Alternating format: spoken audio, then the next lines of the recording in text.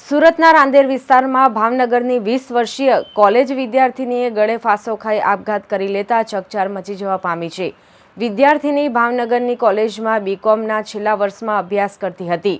પ્રાથમિક તપાસમાં સામે આવ્યું છે કે અભ્યાસમાં એટીકેટી આવતા તે ઘણા સમયથી હતાશ રહેતી હતી। આના હતાશામાં જ તેણે આપઘાત કર્યો હોવાનું અનુમાન લગાવવામાં આવી રહ્યું છે।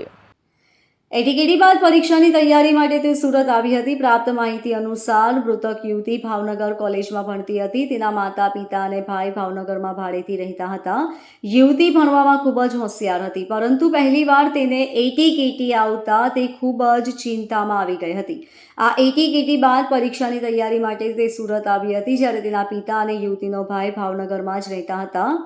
પ્રાપ્ત થતી માહિતી મુજબ ઘટના સ્થળેથી કોઈ સુસાઇડ નોટ મળી આવી નથી। જોકે રાંદેર પોલીસ દ્વારા આપઘાતના કારણો અને અન્ય એંગલ પર પણ ઊંડાણપૂર્વક તપાસ કરવામાં આવી રહી છે।